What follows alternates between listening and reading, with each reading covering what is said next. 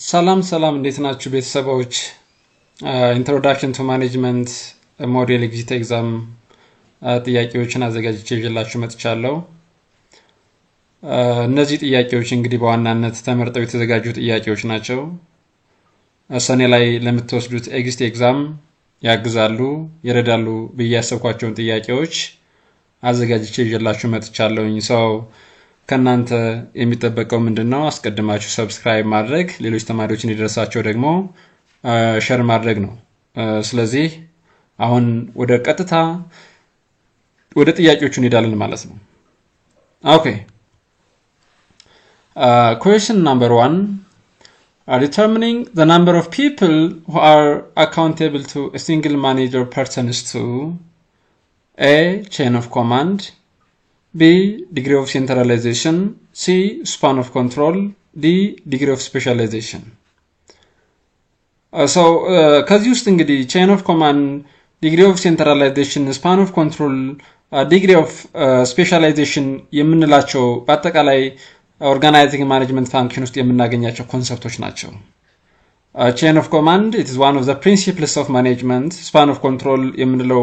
management approach አለ specialization centralization decentralization የምንላቸው unity of direction ወይም ደግሞ unity of command የምንላቸው spirit decorpus ወይም ደግሞ synergy የምንላቸው ብዙ principles እና management approaches አሉ so እዚህ ጋር የተጠየቀው ምንድነው number of people who are accountable to a single manager pertains to ትክክለኛው የዚህ መልስ span of control ነው so span of control is one of the management approach and principle and it pertains to determining the number of subordinates or peoples that can be supervised by a single manager or immediate supervisor so and single manager ወይም ደግሞ and immediate supervisor ከስሩ ምን ያህል subordinateዎችን ወይም ደግሞ ምን ያህል ሰዎችን ሱፐርቫይዝ ማድረግ ይችላል ዳይሬክት ማድረግ ይችላል የሚለው ነው ስለዚህ span of control ወይም ደግሞ span of management እንለዋለን ማለት ነው so ትክክለኛው መልስ choice ይሆናል ማለት ነው so span of control እንግዲህ wide span of control ሊሆን ይችላል narrow span of control ሊሆን ይችላል it depends upon the number of people that can be supervised by a single manager so wide span of control ስንል as we can infer from its name wide span of control ላይ and single manager and immediate supervisor ከስሩ ሱፐርቫይዝ የሚያደርጋቸው ሞኒተር የሚያደርጋቸው ኮንትሮል የሚያደርጋቸው ዳይሬክት የሚያደርጋቸው number of subordinates number of people they are very large in number በቁጥር ብዙ they are many in number በቁጥር ብዙ ናቸው ማለት ነው whereas narrow span of control ስንል ግን የwide span of control reverse ነው ምክንያቱም አንድ ሲንግል ማኔጀር ወይም ደግሞ ኢሚዲየት ሱፐርቫይዘር ከስር ሱፐርቫይዝ የሚያደርጋቸው ሞኒተር ዳይሬክት የሚያደርጋቸው የሳፖርኔት መጠኖች በቁጥር ትንሽ ፊው የምንላቸው ናቸው ማለት ነው so wide span of control ላይ የምንፈጥረው ኦርጋናይዜሽን ስትራክቸር እና ኦርጋናይዜሽን ቻርት ምን አይነት ነው ሲባል wide span of control ላይ ፍላት የሆነ ኦርጋናይዜሽን ስትራክቸር ይፈጠራል ማለት ነው so ፍላት የሆነ ኦርጋናይዜሽን ስትራክቸር ወይም ደግሞ ቻርት ይፈጠራል whereas narrow span of control ላይ ግን ቶል የሆነ ኦርጋናይዜሽናል ስትራክቸር ይፈጠራል ማለት ነው ስለዚህ choice C question number 2 which of the following consists in knowing the extent to which actions are in conformity with plans adopted and instructions issued so that errors and deviations are promptly reported and analyzed and suitable correction actions are taken so it talks about the managerial functions A forecast B planning C controlling D decision so ziga forecast አይሆንም Dም decision አይሆንም so planning ስንል planning በዋናነት ፎከስ የሚያደርገው ምንድነው determining the plan of an organization like setting annual goals long term goals strategies as ስለዚህ ፎከስ የሚያደርገው ምን ላይ ነው የካርዲናል ኢሹስ የሚባለው ነው ፎከስ የሚያደርገው ፕላኒንግ ማለት ነው ሶ ኮንትሮሊንግ ነው እንግዲህ አክሽናችንን ከፕላኑ ጋር ኮንፎርም ማድረጉንና አለማድረጉን we have to compare yes so in controlling is one of the management function which is the last management function so it refers to measuring the actual performance and compare the actual performance which is obtained with the standards or plans, and then we have to take an action if there is a deviation. ስለዚህ ልዩነት ካለ በፕላኑና በአክሽኑ አክሽን ምንድነው እዚህ ጋር ምንድነው አክሽን በዋናነት ፐርፎርማንስ ነው የሰርተን ያገኘነው ፐርፎርማንስ ሪዛልቱ it must be measured so ከፕላናችን ጋር ማወዳደር መቻል አለብን ይሄንን ማድረግ መቻል አለብን ኮንትሮሊንግ ማኔጅመንት ፋንክሽን ላይ ማለት ነው ስለዚህ ትክክለኛው መስ ኮንትሮሊንግ ማኔጅመንት ፋንክሽን ይሆናል ማለት ነው ሶስተኛ ጥያቄ which of the following principles of Henry Fayol emphasizes the need for teamwork So there are around 14 principles of management identified by Henry Fayol. እንግዲህ Henry Fayol የምንለው prominent የሆነ management practitioner ነው. So 14 የሚደርሱ principles of management ብሎ identify ያደረጋቸው principles አሉ. Spirit de corpus የምንለው stability of tenure of personnel የምንለው division of force, scalar chain, unit of command የምንላቸው ብዙ ወደ 14 የሚደርሱ principles of managementዎች አሉ ማለት ነው. Even the managerial functions starting from planning to controlling these are identified by Henry Fayol. Henry Fayol identify ያደረጋቸው ናቸው ማለት ነው. Planning, organizing, staffing, leading and controlling የምንላቸው እነዚህ managerial activities, management functions Henry Fayol identify ያደረጋቸው ናቸው ማለት ነው. So እንግዲህ teamwork ላይ emphasize የሚያደርግ management principle የትኛው ነው ስንል spirit de corpus ነው. Spirit de corpus ማለት synergy ማለት ነው. unity ማለት ነው. So teamworkን ፋሲሊቴት ማድረግ ኮላቦሬሽን ላይ ኤምፋሳይዝ ማድረግ ነው ስለዚህ ይሄ ስፒሪት ዲ ኮርፐስ የምንለው ሊትራሊ ሲነርጂ የምንለው ነው so ሲነርጂ ላይ ምንድነው ሲነርጂ ላይ the whole is greater than the sum of its parts የሚባል ነገር አለ working in a team is very very worse than working alone ስለዚህ በቲም መስራት በግሩፕ መስራት ኢንዲቪጁዋሊ ሰርተን ከምናገኘው ድምር በላይ ነው ስለዚህ ስፒሪት ዲ ኮርፐስ ወይም ደግሞ ሲነርጂ እንለዋለን ማለት ነው so particularly it focus on teamwork and collaboration so teamwork ላይ emphasize የሚያደርግ ስፒሪት ዲ ኮርፐስ ነው ቢስ እንመለከተው stability of tenure of personnel የምንለው እንግዲህ ድርጅቶች ምን አይነት ፕሪንሲፕል ይኖራቸው ይገባል ሃይር ያደረጉትን ወይም ደግሞ የቀጠሩት ሰራተኛ for a long period of time መኖር መቻል አለበት ወይም ደግሞ ስራውን መቀጠል መቻል አለበት ወይም ደግሞ permanent employee መቀጠል መቻል አለበት so የዛን ሰራተኛ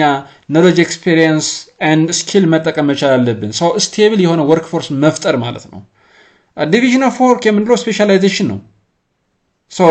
እዚህ ጋር division of work ላይ ምንድነው የምናደርገው we have to allocate different tasks for individuals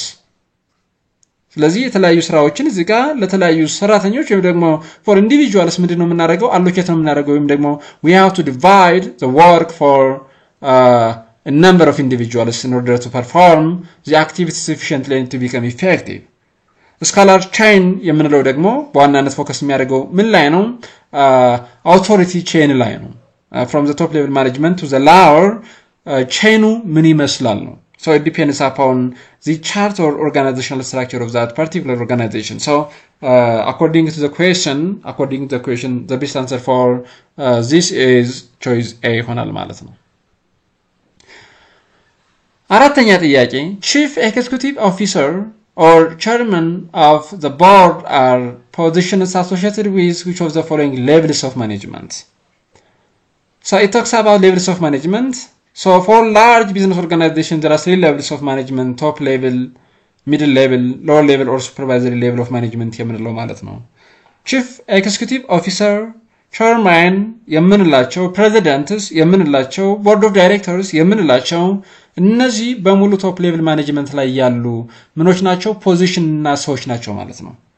ስለዚህ lower level management middle level management supervisory level management አይሆንም chief executive officer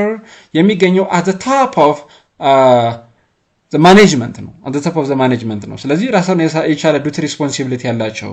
የድርጅቱን strategic intent determine የሚያደርጉ የድርጅቱን long term direction የሚያስቀምጡ እነዚህ chief executive officers or chairman የምንላቸው top level managers ወይም ደግሞ top level management ላይ የተቀመጡ ሰዎች ናቸው ማለት ነው ስለዚህ choice A ይሆናል ማለት ነው Okay አምስተኛ ጥያቄ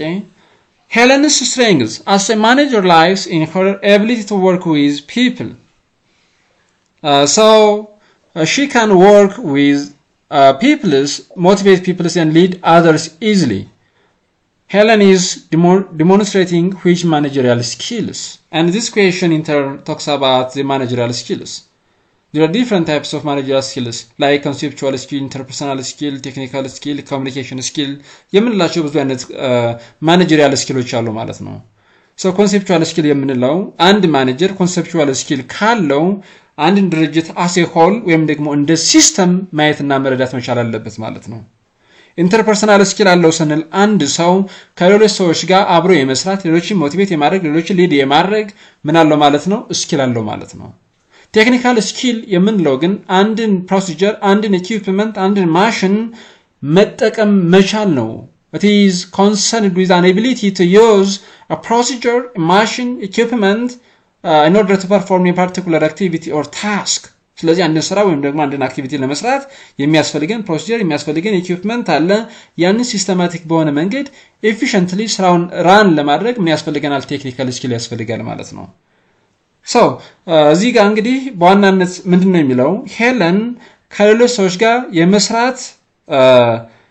አቅም አላት መስራት ትችላለች ሞቲቬት ታደርጋለች ሌሎችን ሊድ ታደርጋለች ነው የሚለው። ሶ ይሄ የሚያመለክተው ምንድነው ኢንተራክሽን ኢን ቢትዊን ኦር አመንግ ፒፕልስ ነው። ስለዚህ ሄለን ከሌሎች ሰዎች ጋር አብራ የመስራት ሌሎችን ሞቲቬት የማድረግ ሌሎችን ሊድ የማድረግ ከሆነ there is an interaction. so ይህ አይነት ስኪል ምን ይባላል ኢንተርፐርሰናል ስኪልስ ይባላል ማለት ነው። so ሄለን ይህ አይነት ስኪል ይህ አይነት ኮምፒተንሲ ይህ አይነት ኤቢሊቲ አላት ማለት ነው። ስለዚህ ቾይስ ቢ ይሆናል ማለት ነው ትክክለኛው መልስ። ኦኬ ስድስተኛ ጥያቄ ናይስ ስድስተኛው ጥያቄ John was a middle manager who managed the facility where the fire occurred. He took responsibility for making sure that the fire was extinguished and communicating to the local community and others outside the company. So, what roles was John performing? ይሄ ማኔጀሪያል ሮልስ የምንላቸው 10 ማኔጀሪያል ሮሎች አሉ። እነዚህን 10 ማኔጀሪያል ሮልስ ወይም ደግሞ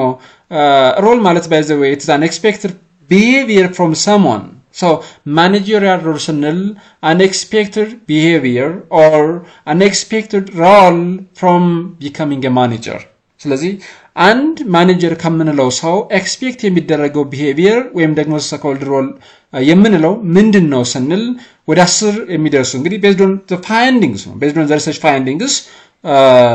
የተቀመጡ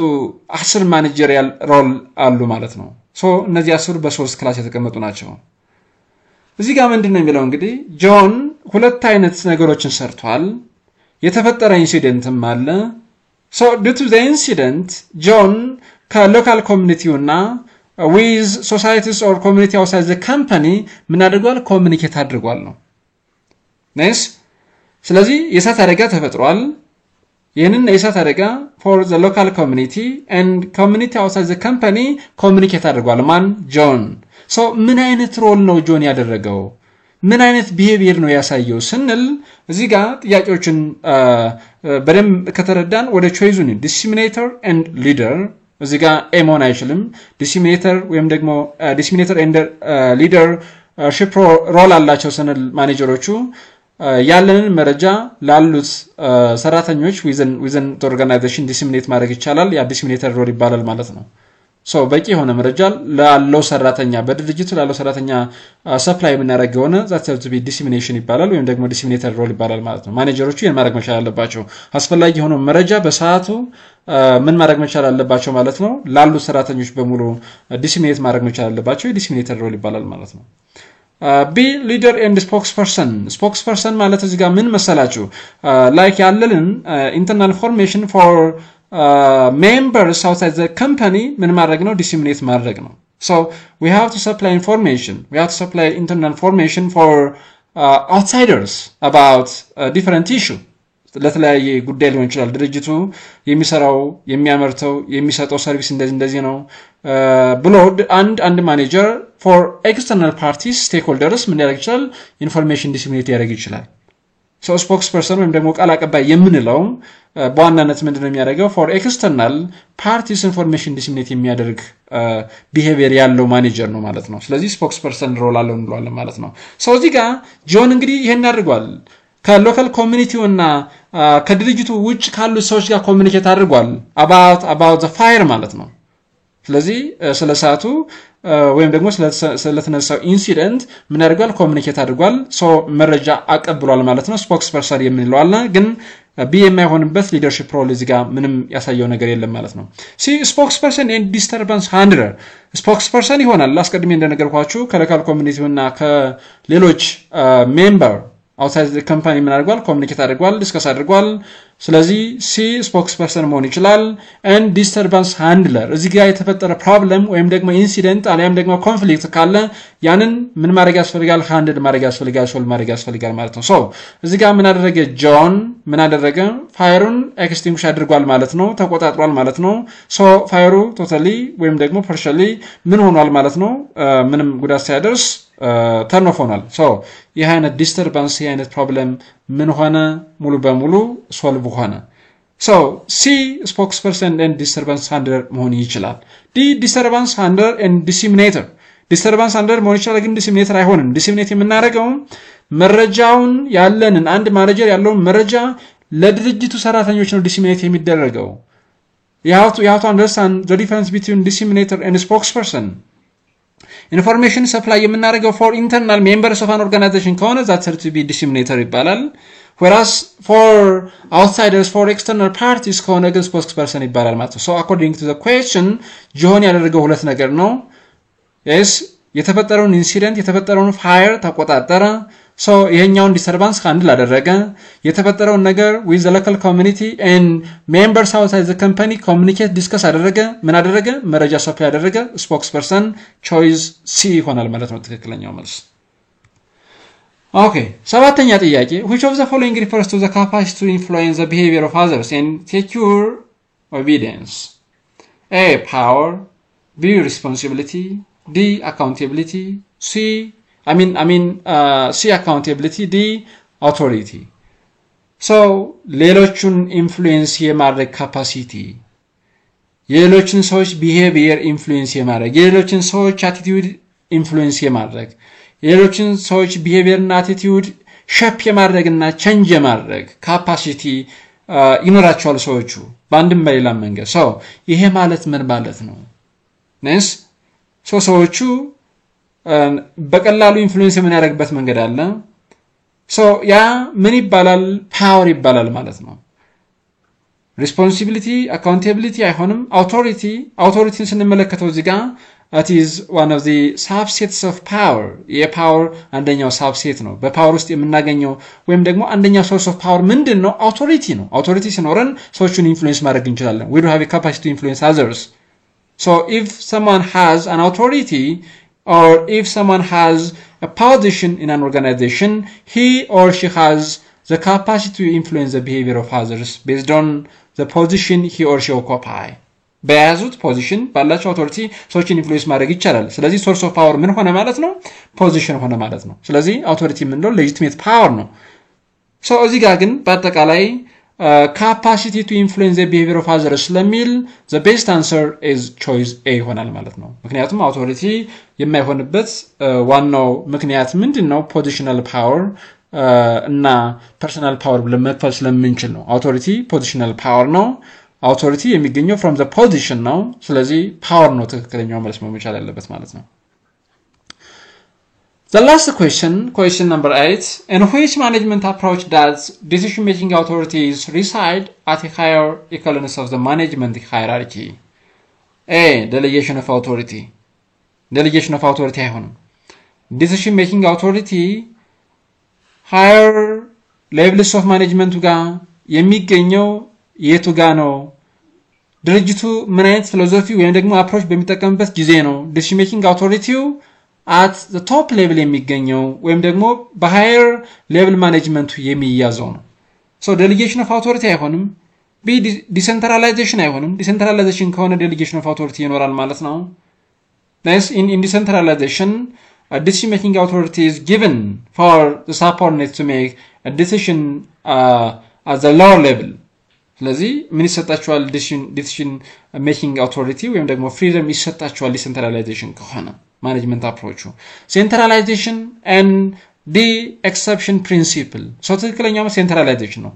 centralized ከሆነ organization ወይም ደግሞ ድርጅቱ የሚጠቀመው approach management approach ወይም ደግሞ philosophy centralized ከሆነ each and every decision በtop level management ነው የሚወሰነው ማለት ነው so they need to have a little input from the middle management and low level management and subordinates ነን ማኔጀርስ ከምንላቸውና ከሎው ሌቭል ማኔጅመንቱ የሚወሰደው ኢንፑት ይሄን ያህል አይደለም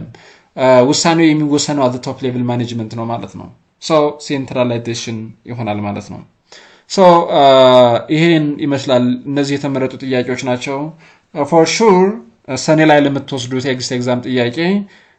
ለምትፈተኗቸው ጥያቄዎች ወይም ደግሞ ኤግዛክትሊ ከነዚህ ጥያቄዎች ሊመጣ ይችላል ከመጀመሪያው እስከ መጨረሻው ድረስ መከታተል ይኖርባቸዋል ይሄን ይመስላል ማለት ነው thank you for watching this video so don't forget to subscribe share like and comment ሌላም ተጨማሪ ቪዲዮ እንዲደርሳችሁ የደወል ምልክቱ ላይ ክሊክ አድርጉ thank you